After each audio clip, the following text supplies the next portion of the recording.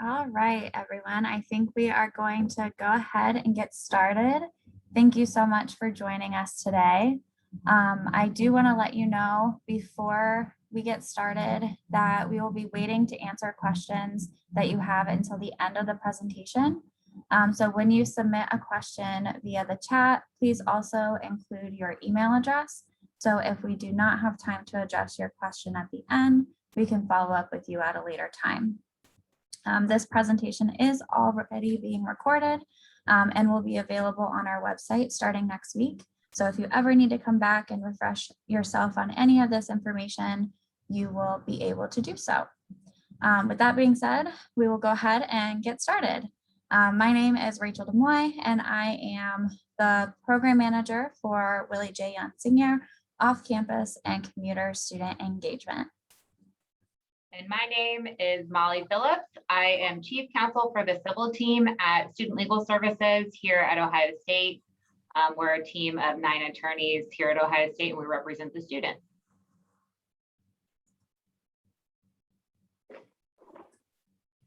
All right, so here are our learning objectives for what we hope you get out of this session today. The overarching goal of this presentation is to educate you all on how to feel confident going through the process to search for and secure an off-campus property.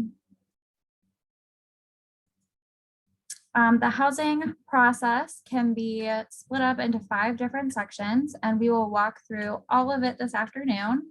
The first being the who, or who to consider when you're starting your search for off-campus housing. Next is the what, or what you need to know about the process. When is when you need to complete different steps of the process and the general leasing timeline. Where, how to decide where you want to live within the off-campus boundaries. And how do you assess potential future properties? How do you go through this entire process? All of these steps are going to be talked about in depth throughout the presentation. So first we will discuss the who and everything that ties into deciding who you want to consider when starting your search. Okay, so I'm going to talk a little bit about the who, and what we mean by that is who do you want to live with? And you know, this is a big decision. I think all of us probably have friends that are great friends, but maybe wouldn't make the best roommates. And it's important to consider these things as you are making decisions about moving off campus. Remember that this is not a short-term commitment, it's 12 months. So it's a long time. And because of the nature of the rental season here at Ohio State, you're forced to make these decisions pretty far in advance. So there's always a possibility between now and next August that you might not be friends with these people in the same way that you are friends with them now, and that's something to consider. So in terms of considerations and things that you need to think about, we've listed a few of them here, but certainly, you know, your housing budget is a big one. People aren't going to have the same resources available to them, and especially when you've got a large group, and nobody should feel pressured to overextend themselves and live with people who have unlimited resources available to them. Then there are a lot of other things that, I mean, most of you probably are living in the dorms this year, although some of you may not be, but you know, a lot of things that just generally come up with roommates. And I know that you're asked to create roommate agreements in the dorms. These same kinds of things will extend to the off-campus area. Things like cleanliness, social guest policies, whether or not they're allowed to eat your food, whether or not they are allowed to, you know, what are you going to do for chore rotation?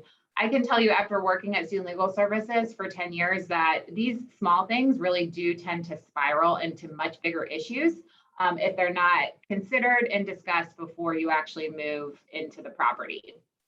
So down at the bottom of this slide, we've referenced that Student Legal Services has roommate agreements available on our website. And our website is studentlegal.osu.edu, and there's a whole section that deals with off-campus housing. There are various documents there, but you can find a roommate agreement, and it's just, you know, the same roommate agreement that you're going to find in the off-campus living guide. but it'll give you that opportunity to really look through and consider things about roommates, even as you're starting to move off campus, and think about, okay, is this really someone that I can see myself committing to for the long term? The other big piece of this is not just, okay, sanity in terms of living with these people and, dealing with things like their idiosyncrasies. You are really committing to them financially. Most leases in the off-campus area are what we call joint and several liability leases.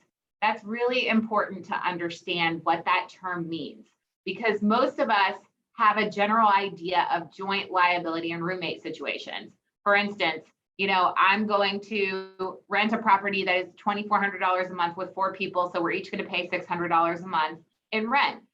Joint responsibility for that rent, right? We're going to share the responsibility for that rent. But the less common term there, and the term of art that you use for in contracting, is several responsibility. And really what that means, a synonym for that, is individual. So what that means is you are jointly responsible, like you're responsible with your roommates, but you're also individually responsible for the full amount of the rental amount. So if one of your roommates leaves and doesn't pay their portion of the rent, you are contractually responsible for their portion of the rent. Your parents may also be on the hook for that if they sign on as a co-signer, okay? So when thinking about roommates, again, just having a fun relationship with someone definitely should not be the end of the inquiry, all right? You are really wed to them for financial purposes, for the whole pendency of this lease term. And for some people, sometimes it's best to just know, well, our friendship probably won't survive if we try to walk down this path together. All right. Okay, so we've already talked a little bit about joint and several responsibility, but there are also a lot of other common leasing terms that Rachel and I might even use in this presentation. And you shouldn't feel silly if this is your first time going through this experience and they're not something that is familiar to you. We have created a little cheat sheet that is available to you. So you guys can actually follow along and access this website at go.osu.edu/smoothmove. If you haven't accessed that document already, I do encourage you to pull it up so you can look at it. And we have right on the front page a list of common terms that are defined.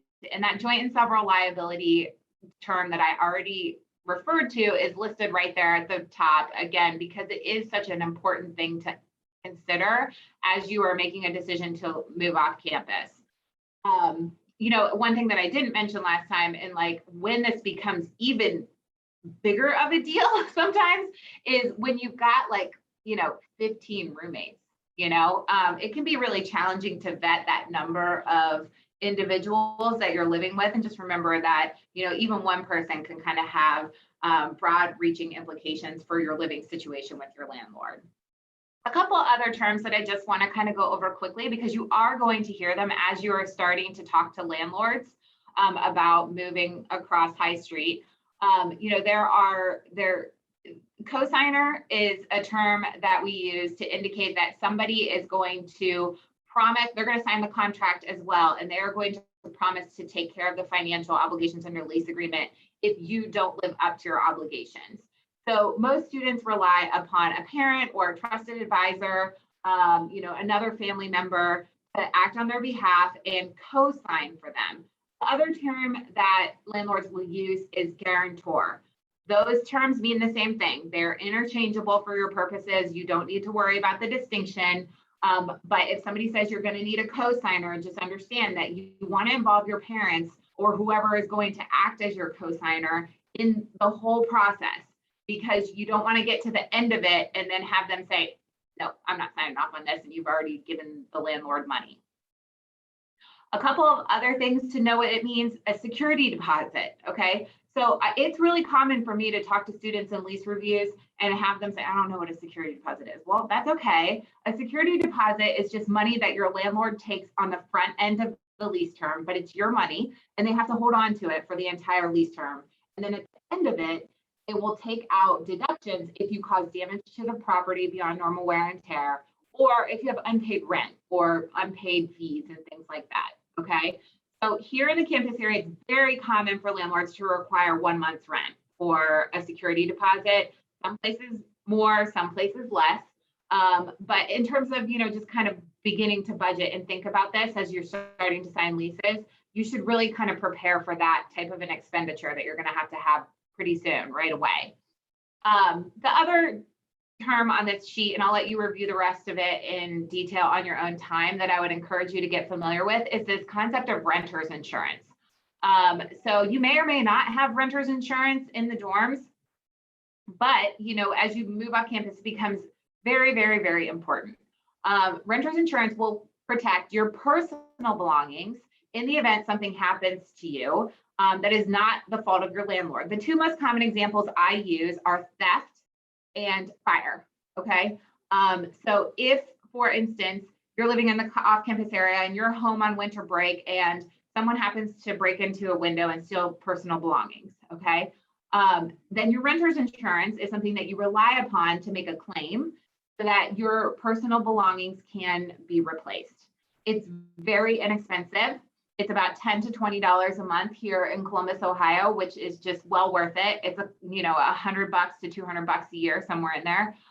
So we just encourage you to start thinking about that now as you're starting to evaluate properties. All right. I think those are the only ones on this sheet, Rachel. I think we can go on to that. That's great. So moving on to the when, the question that we get most often is, when should I be searching for housing? And the answer really isn't as simple as you would think. In general, we see many students begin searching for housing in autumn semester, typically anywhere between October and December. If it were up to us, we would probably suggest waiting until the spring semester, just so you have more time to kind of get your bearings and learn about the off-campus housing process. Luckily for all of you, there are more properties in the off-campus area than there are students to fill them. For instance, we're seeing more and more high-rise and new builds popping up throughout the university district and the area walking distance to campus. So the housing inventory continues to increase, but the number of students remains the same for those looking in that off-campus neighborhood. This is a positive thing for all of you. It means that you'll have more options to choose from. You can also potentially negotiate, whether that be rent amount, lease dates, etc. So now we will also say that the big houses, so those 6+ bedroom houses, are not unlimited. So if you're looking for someone, or if you are seeking a larger house with more and more roommates, then searching for a house in the autumn semester will most likely be necessary to ensure you have ample choices to choose from. For our local property owners, the lease term usually begins, or the leasing season usually begins around September through October, depending on what company you're looking at.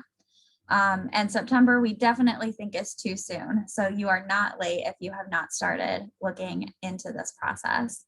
Other landlords might wait until January if they're a smaller company or wanting to give their renters enough time to consider if they want to return back for the next year.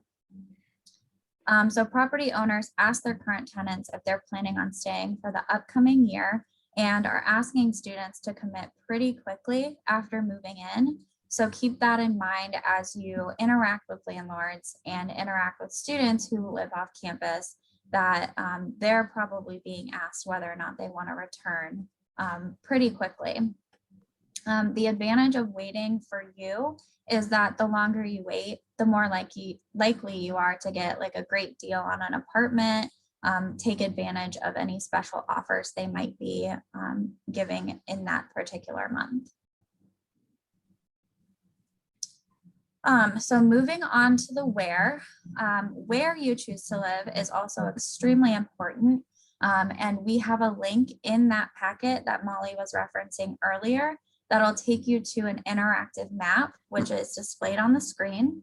And it has different places around the campus. For example, the Fisher College of Business, the RPAC, the Union, any different buildings that you would want to be close to when thinking about a place to live off campus. And then it will have descriptions of what area it would be closest to those landmarks and where you should start your search when looking for a place off campus. So definitely utilize that resource, and we update it with different buildings that pop up and different locations as well. Okay, so now how are you going to find housing? We strongly recommend starting with the Off-Campus Living Guide. The Off-Campus Living Guide is a great resource to help walk you through the process of searching and finding off-campus housing, and it walks you through considerations before choosing your roommates. This guide also outlines resources available to you when you are living off campus, from safety information to peer ratings of property owners, how to evaluate a property, and so much more. It really walks you through start to finish, starting looking for housing all the way through moving out. The guide is available again in that packet and also on our website, offcampus.osu.edu. The next thing that we would recommend is attending the Off-Campus Living Expo. This provides a great opportunity to not only talk with a variety of property owners in the area, but also local businesses, Student Legal Services is in attendance, and other organizations that are available to support your safety on and off campus. We also host this event during Parent and Family Weekend. So if your support system wants to come check out the event with you, talk to companies that you're interested in, they are more than welcome to do so. This year, the date of the expo is October 22nd from 11 a.m. to 5 p.m. in the Ohio Union Performance Hall. And that's on the first floor of the Union. And we hope to see you there.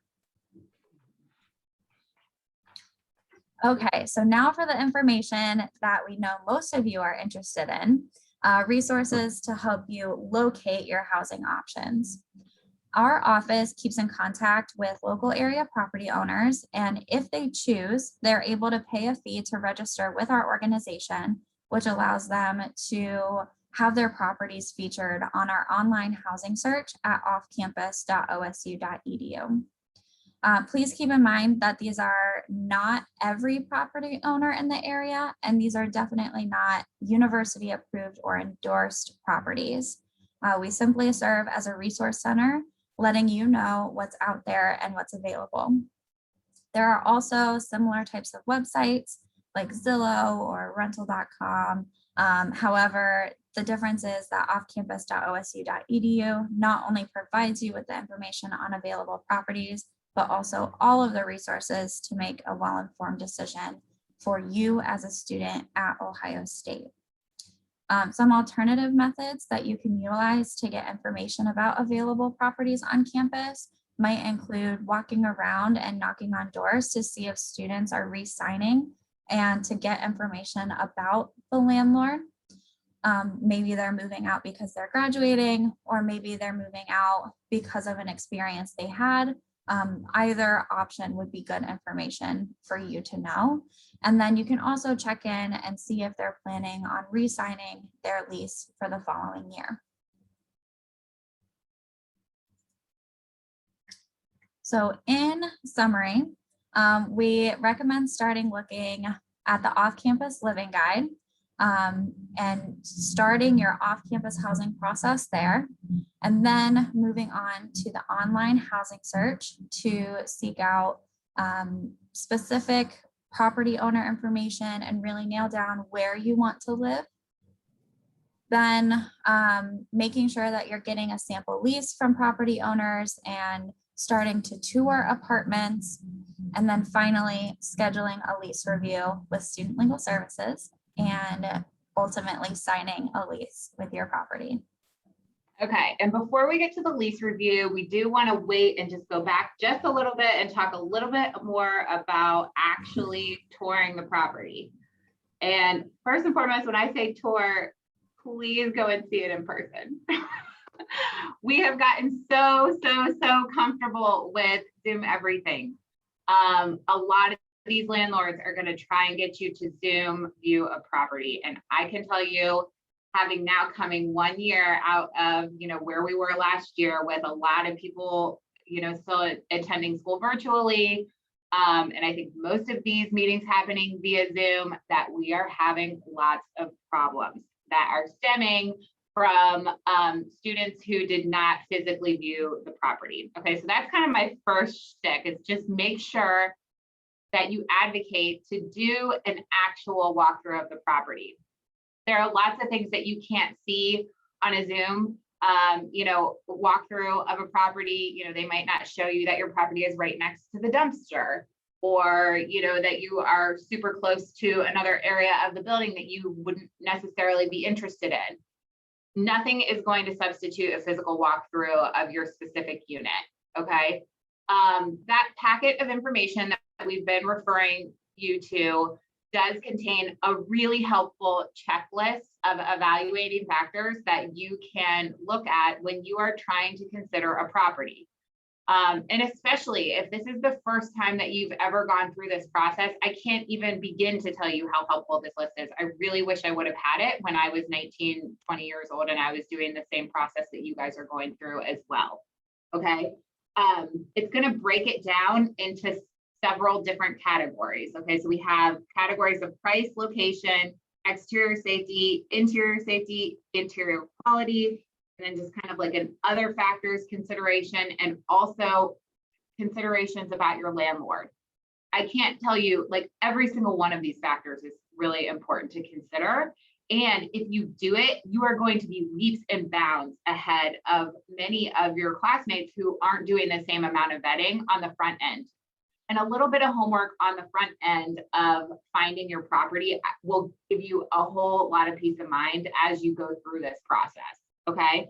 So there were a lot of things when I started here at Student Legal Services. I went to Wake Forest in North Carolina. It's a very different type of property, or university. Like, we were all on campus. It was very small. I wasn't in an urban setting.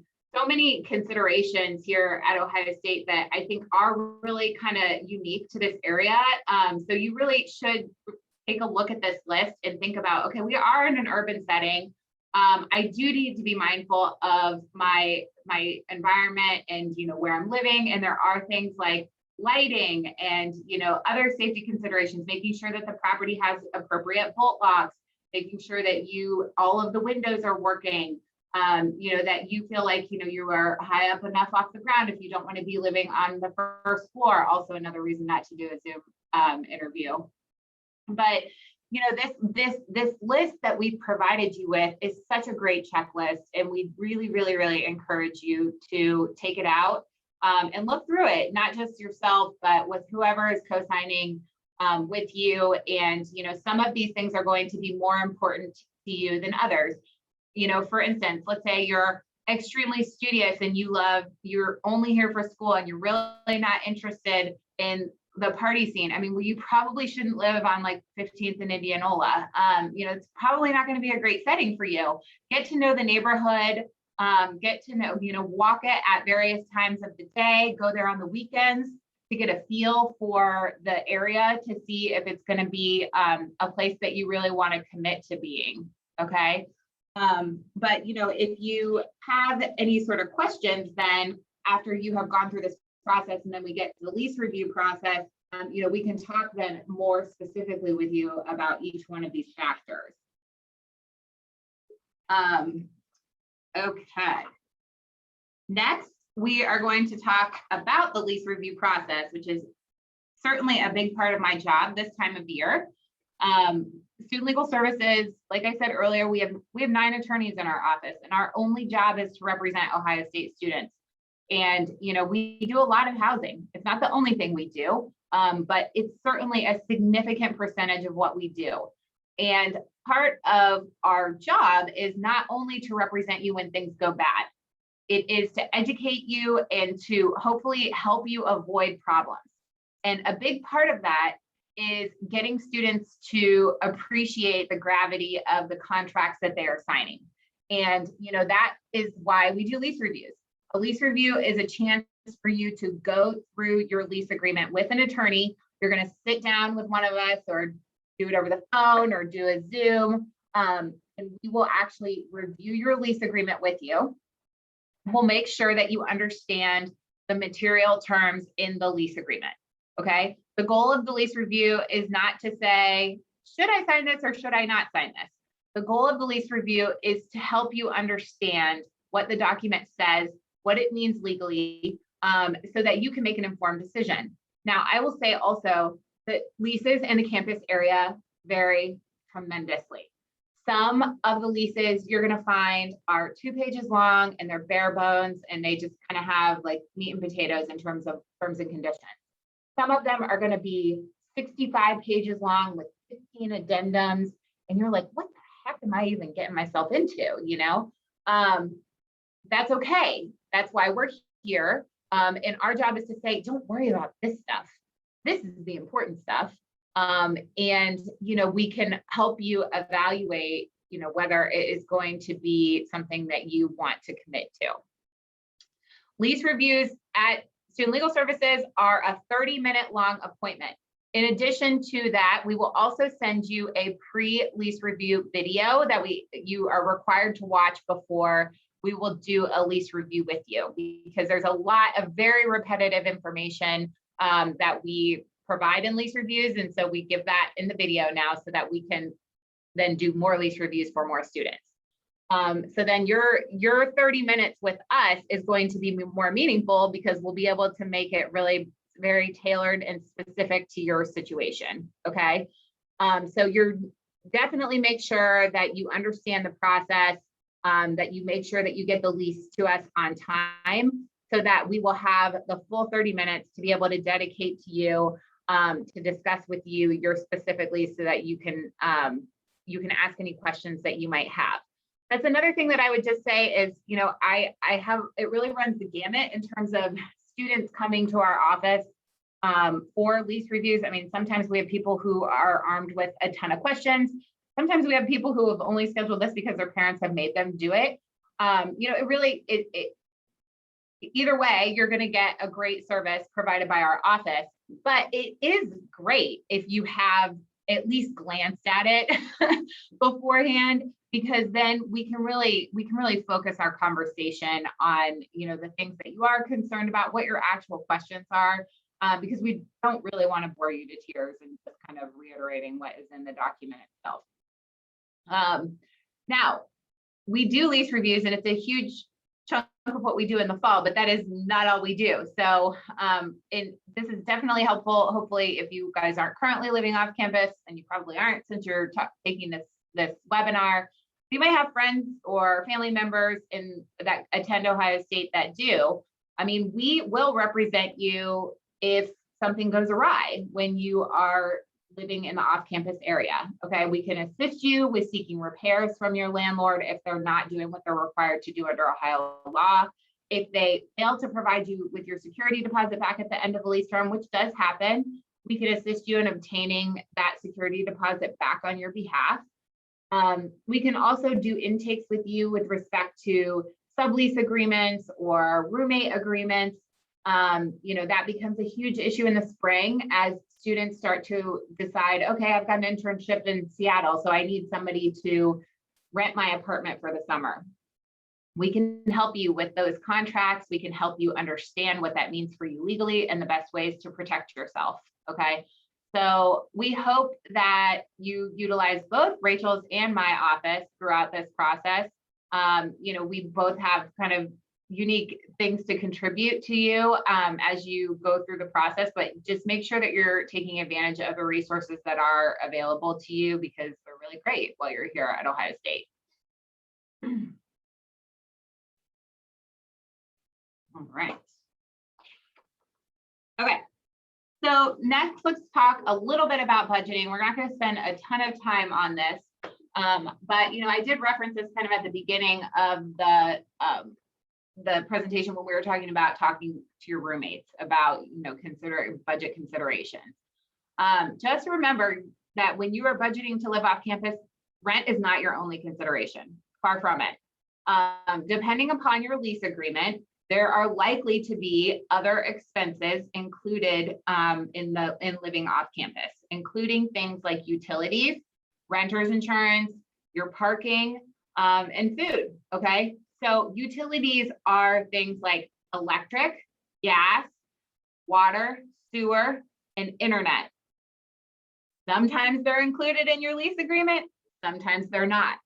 So that's another thing that you're going to want to really understand and take a look at closely when you are looking at your lease agreement, okay? Because if you contract for $1,100 a month and you're like, oh, well, that has to include my utilities because that is a crazy amount of rent. Well, sometimes it doesn't. So just remember that, there can be those additional expenses, depending upon how many people are in your house, depending upon how old the house is, there are going to be lots of things that kind of weigh into the amount that you're going to have to pay for those utilities. Renter's insurance, like I said earlier, is pretty inexpensive, but an additional $10 to $20 a month. Parking permits, definitely if you're going to live in the off-campus area and you're going to need additional parking, or if you're going to have to buy one from Campus Park, something to consider. And then your food, if you're not going to get a meal plan, then you're going to need to have cash to be able to hit up your favorite restaurants or grocery stores. There are always also those unexpected fees that can come off and living in the off-campus area. We've listed some of those here, but I would say probably the biggest one is just setup of your home, and especially in that first year when you're moving off campus. It's not a bad idea to start budgeting for furniture or buying a mattress or, getting your pots and pans and maybe a couch and things like that. We don't recommend that you buy secondhand upholstered furniture. There is a risk of, bed bugs unless you know that that's coming from, say, your own parents' home or something like that. So, if you've got some time now to start budgeting for those things, hopefully you've got some money saved so that next summer you can go and you can actually go purchase things. The other thing that I would just hit home about, I'm sorry about budgeting, I'm sorry, Rachel, is that, you all also have access to Scarlet and Gray Financial through the Student Wellness Center, which is free, and they provide financial coaching and budgeting advice to students at Ohio State. So if you're someone that is just overwhelmed with the prospect of figuring out how much is going to make sense for you in the upcoming school year, I'd encourage you to make an appointment with them now so that they can take a look at your bank statements and how you spend your money, get an idea of your financial aid package if that pertains to you, so that you can make a decision about what is going to be your ceiling before you actually even go and start to look at these properties. Okay. It's like buying a car. They always tell you, you make sure you set that budget before you look at the properties, because you don't want to go out there and be like, oh, I'm swayed because I really like this place. Hopefully you'll avoid even looking at those places if you've set a budget and you have said, this is the most that I can afford and rent. Absolutely. I would echo what Molly just said. Please make sure you're scheduling an appointment with Scarlet and Gray Financial, hopefully before you start looking for a place, but also throughout your entire undergraduate experience. That's going to be extremely helpful before you go out into the real world and have to pay for a financial advisor. Make sure you're understanding all of what you have access to at the university.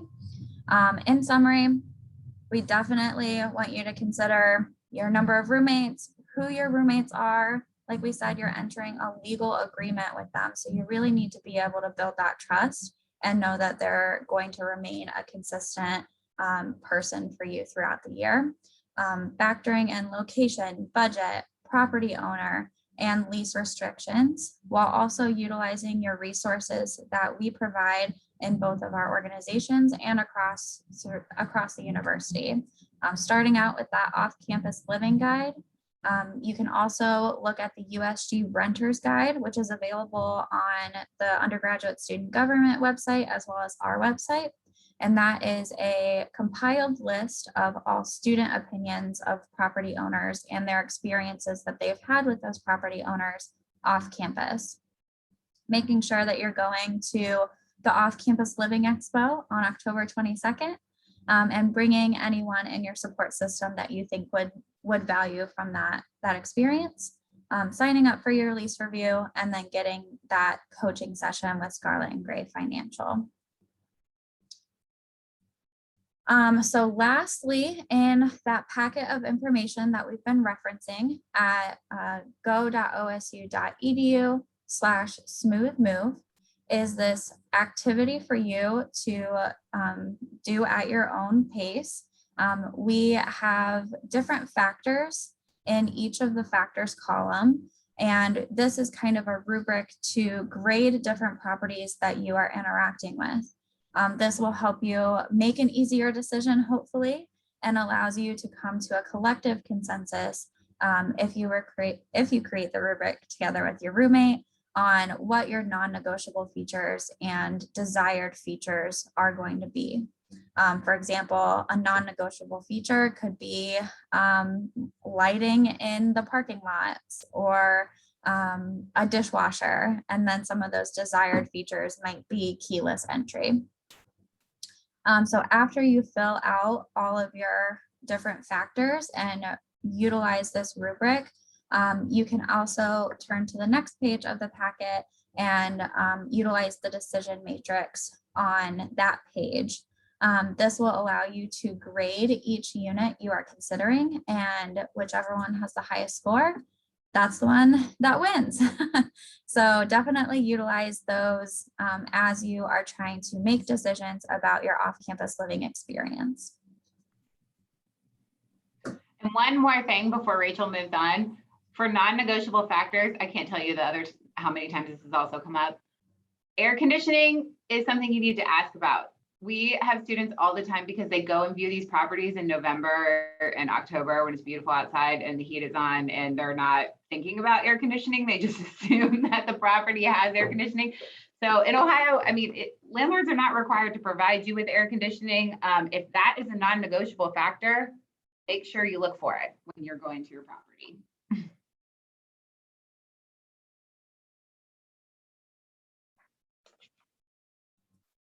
Okay, so in summary, here are our contact information and that link to the Smooth Move packet. Please leave this session with understanding the importance of roommates and choosing the right roommate for you, and know that we are here to support you throughout your entire off-campus experience, from starting your search all the way to getting that lease review and signing your lease before you move in. So that is the end of our presentation. We will look in the chat for questions that you all might have, and hopefully wrap up a little bit early for you all.